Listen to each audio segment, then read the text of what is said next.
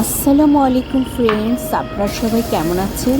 আশা করি সবাই ভালো আছেন। আজকে আপনাদের মাঝে আমি একটি রেসিপি নিয়ে হাজির হয়েছি, খিচুড়ি। যেহেতু চারিদিকে বৃষ্টির পানিতে রাস্তাঘাট ডুবে যাচ্ছে, অথই পানি হয়ে যাচ্ছে থই থই। আমি পরিমাণ মতো কড়াইয়ে সরিষার তেল এবং ঘি দিয়ে দিয়েছি, সাথে আমি মেথি এবং আস্ত জিরা ফোড়ন দিয়েছি।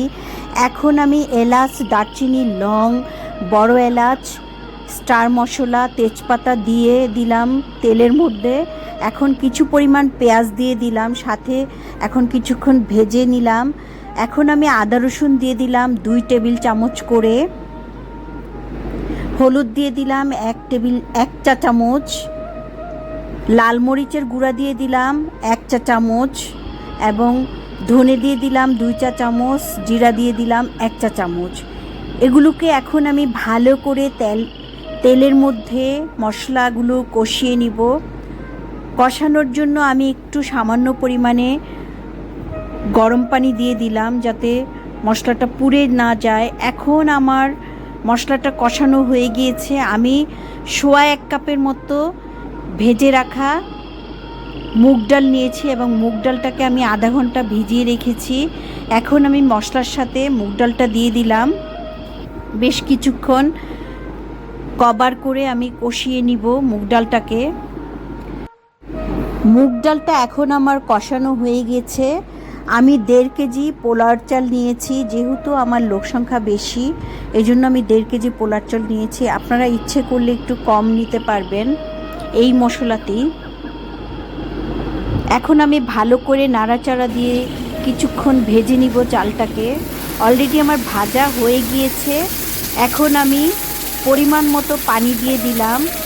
যেহেতু এখানে আমার টোটাল সব মিলিয়ে চাল ডাল মিলিয়ে প্রায় 2 কেজির মতো, এখানে আমি প্রায় 15 কাপের মতো গরম পানি দিয়ে দিলাম।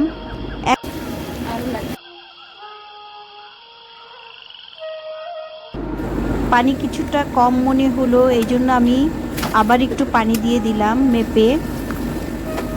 আন্দাজ মতো পানি দিলেই ভালো হয়। এখন আমি কিছুক্ষণ ঢেকে রাখবো যাতে ভালো করে চাল এবং ডালটা একটু ফুটে আসে। ফুটে আসলেই আমি একটা নাড়াচাড়া দিয়ে দিব। এখন আমি কভারটাকে তুলে কিছুটা পরিমাণে কাঁচামরিচ দিয়ে দিলাম, সাথে কিছুটা বড় বড় স্লাইস করা দেশি পেঁয়াজ দিয়ে দিলাম। এটা আমার মা করতো, সবসময় দেখতাম। মানে যখন পোলাওটা আমাদের খিচুড়িটা হয়ে আসতো তখনই মাকে দেখতাম যে কিছু কাঁচা পেঁয়াজ একটু বড় বড় করে কেটে উপর দিয়ে দিত। সাথে আমি বেরেস্তা দিয়ে দিলাম। এখন আমি আরেকটা নাড়া দিয়ে দিব। দেখুন কত সুন্দর হয়েছে আমার ভুনা খিচুড়ির কালারটা। এবং আমার মায়ের রেসিপি আমি আপনাদের মাঝে আজকে শেয়ার করলাম। এভাবেই আমার মা সবসময় দেখি খিচুড়ি রান্না করে। বন্ধুরা, অলরেডি আমার খিচুড়ি হয়ে গিয়েছে। বন্ধুরা, কেমন হলো আমার এই খিচুড়ি রেসিপি? যদি আপনাদের আমার এই খিচুড়ি রেসিপি পছন্দ হয়ে থাকে বা ভালো লেগে থাকে তাহলে আমাকে একটা লাইক করবেন, একটা কমেন্টস করবেন এবং আমার চ্যানেলটাকে সাবস্ক্রাইব করবেন।